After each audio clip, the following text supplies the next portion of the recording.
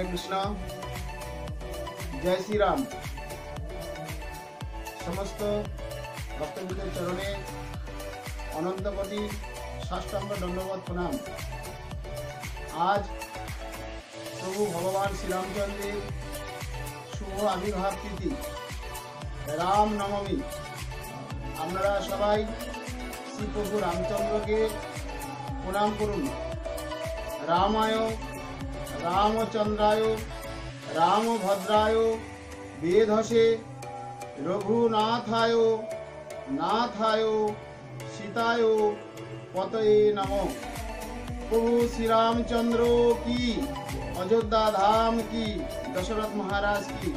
आजकेर এই তিথিকে কেন্দ্র করে ভগবান শ্রী রামচন্দ্র তিনি অযোধ্যায় আবির্ভূত হয়েছিলেন দশরথ মহারাজের গৃহে। তিনি জগৎকে কল্যাণ করার জন্য প্রভু শ্রী রামচন্দ্র আবির্ভূত হয়েছেন। এই তিথিকে আমরা সাদরে পালন করব। এই মহারাজ দশরথ তিনি এই সূর্যবংশে আবির্ভূত হয়েছেন। এই সূর্যবংশে অনেক মহা প্রতাপশালী রাজা, তার মধ্যে শ্রীমদ্ ভাগবত নবম স্কন্ধের মধ্যে দেখতে পাই মহারাজ খট্টঙ্গের পুত্র দীর্ঘবাহু এবং তার পুত্র মহা যশস্বী মহারাজ রঘু। রঘু থেকে এসেছেন অজ এবং অজ থেকে মহারাজ দশরথ। আর এই দশরথের পুত্র হচ্ছে প্রভু শ্রীরামচন্দ্র। তিনি এই নবমী তিথিতে কেন্দ্র করে আবির্ভাব হয়েছেন। ভগবানের জন্ম মৃত্যু নেই, এই জন্য বলেছেন শাস্ত্রে আবির্ভাব তিরোভাব এই কহে বেদ, এই সব লীলার নাহি পরিচ্ছেদ। এখানে প্রভু শ্রীরামচন্দ্র তিনি এ জগতে লীলাবিলাস করেছেন। এই জন্যে শ্রীমদ্ ভাগবত গীতার মধ্যে দেখতে পাই অর্জুনকে ভগবান শ্রীকৃষ্ণ বলছেন, দেখো অর্জুন, তোমার মতন আমার প্রাকৃত জন্ম মৃত্যু নয়, আমার জন্ম মৃত্যু অপ্রাকৃত অলৌকিক। জন্ম কর্মচ্চ মে দিব্যং যো ব্যক্তি তত্ত্বতহং তত্ত্বং দেহং পুনর্জন্ম নয়তি মামেতি সহ অর্জুন। ভগবানের প্রাকৃত জন্ম মৃত্যু হয় না, এই জন্য তাকে বলা হয় আবির্ভাব। ভগবান শ্রীরামচন্দ্র আজকের এই তিথিকে কেন্দ্র করে অযোধ্যায় তিনি আবির্ভূত হয়েছিলেন। ভগবান শ্রীরামচন্দ্র সম্পর্কে যদি আমরা জানতে চাই তাহলে সেখানে রামায়ণে 7টা কাণ্ড রয়েছে। সেখানে আদিকাণ্ড, অযোধ্যাকাণ্ড, অরণ্যকাণ্ড, কিষ্কিন্ধাকাণ্ড, সুন্দরকাণ্ড, লঙ্কাকাণ্ড এবং উত্তরকাণ্ড। তা প্রভু ভগবান শ্রীরামচন্দ্র তিনি যখন এই অযোধ্যাতে আবির্ভূত হয়েছিলেন তখন এটাকে দশরথ মহারাজের তারা যে 4 ভাই, এখানে প্রভু রাম, লক্ষ্মণ, ভরত এবং শত্রুঘ্ন, এই 4 ভাই দশরথ মহারাজের পুত্ররূপে আবির্ভূত হয়েছিলেন। এখানে আমাদের সমাজে একটি ভুল বোঝাবুঝি হয়। সবাই বলেন যে প্রভু শ্রীরামচন্দ্র তিনি আগে এসেছেন, এই জন্যে রাম হচ্ছে সিনিয়র, কৃষ্ণ হচ্ছে জুনিয়র। কিন্তু এখানে প্রভু রাম হচ্ছে অবতার, এখানে হচ্ছে অবতার। প্রভু রাম অবতার আর কৃষ্ণ হচ্ছে অবতারী, যার থেকে সমস্ত অবতার আসেন তিনি হচ্ছেন অবতারী। ব্রহ্মসংহিতায় ব্রহ্মাজি একটি সুন্দর শ্লোকের দ্বারা বলেছেন যে রামাদি মূর্তেষু কলা নিয়মেন তিষ্ঠেন নানা অবতারং অপরাধ ভুবনেষু কিন্তু কৃষ্ণ স্বয়ং সমভবেত পরম পুমানুজ গোবিন্দম আদিপুরুষং তমহং ভজামি। সেই গোবিন্দ আদিপুরুষকে আমি ভজনা করি। ব্রহ্মাজি বললেন রাম আদি, এখানে বহু বচন। এখানে রাম, নৃসিংহ, বরাহ যত অবতার আছে সমস্ত কৃষ্ণের বললেন কি কলা নিয়মেন তিষ্ঠেন। তো ভগবানের থেকে সবাই এসেছেন, এই জন্যে তারা হচ্ছে অবতার। তাহলে এখানে সেই ব্রহ্মাজি তবে বললেন সব কৃষ্ণের থেকে সবাই এসেছেন। এই জন্য শ্রীমদ ভাগবতে আরো বললেন যে এতে চাংশ কলা পুংস কৃষ্ণস্তু ভগবান স্বয়ং, কৃষ্ণ স্বয়ং ভগবান। যাই হোক, প্রভু শ্রীরামচন্দ্র তিনি আবির্ভূত হয়েছিলেন এখানে ভগবানের একটি ভগবত্তা সে আমরা দেখতে পাই। তার চরণ স্পর্শে পাষাণ পাথর সে নারী মূর্তি হয়েছিলেন।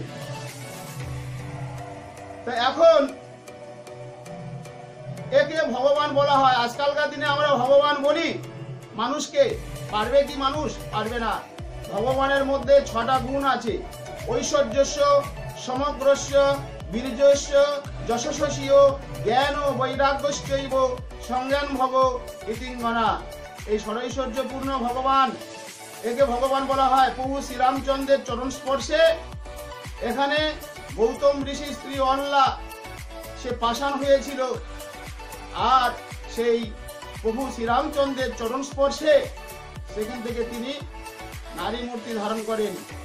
আর প্রভু শ্রীরামচন্দ্র যখন এখানে আমরা দেখতে পাই যে বনবাস, কৈকেয়ী মহারানী তিনি মহারাজ দশরথের কাছে 2টো বর চেয়েছিল।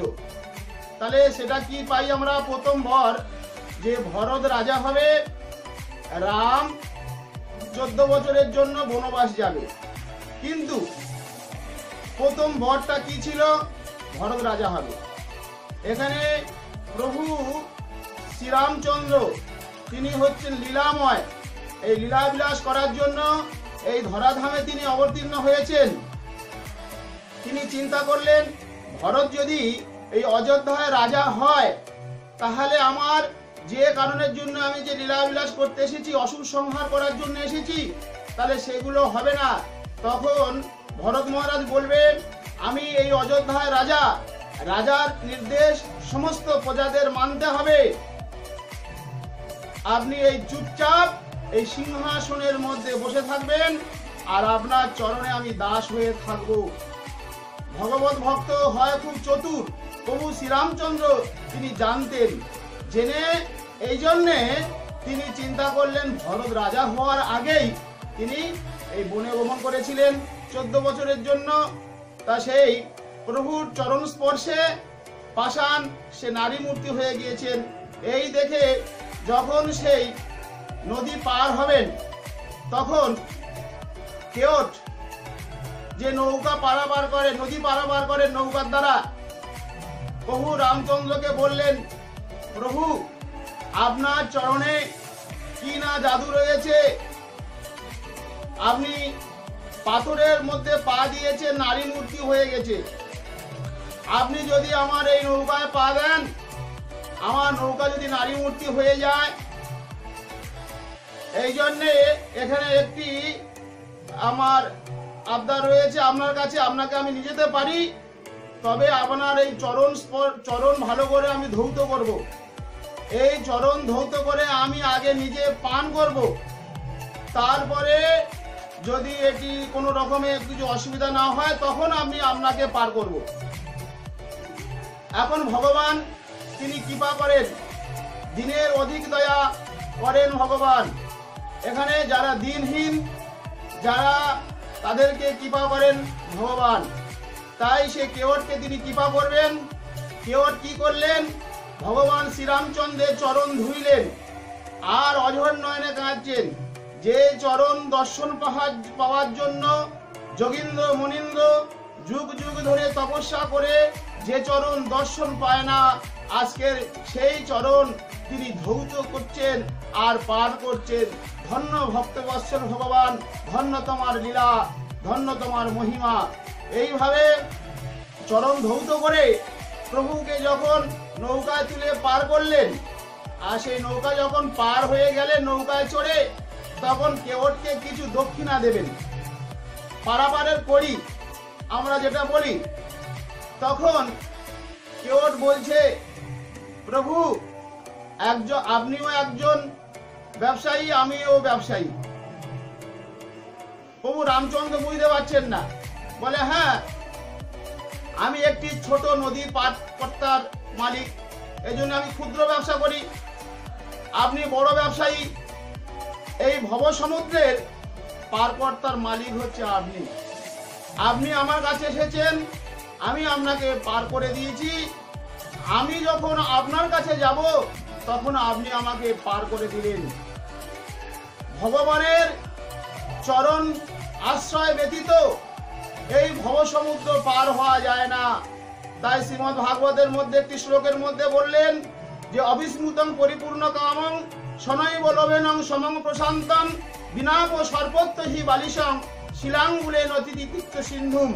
যেমন সমুদ্র পার হতে গেলে স্টিমার জাহাজের দরকার হয়, সেখানে যদি কেউ মনে করে যে আমি শিয়ালের লেজ ধরে এই সমুদ্র পার হব, তখন তাকে বলা হয় বোকা, উন্মাদ। এইরকম এই ভব সমুদ্র পার হতে গেলে যদি আমরা কোনো আধিকারিক দেবদেবীকে আশ্রয় করি, আমরা পার হতে পারবো না। সেই পরিপূর্ণ কাম ভগবান শ্রীহরির চরণ আশ্রয় ব্যতীত এই ভব সমুদ্র পার হতে পারবো না।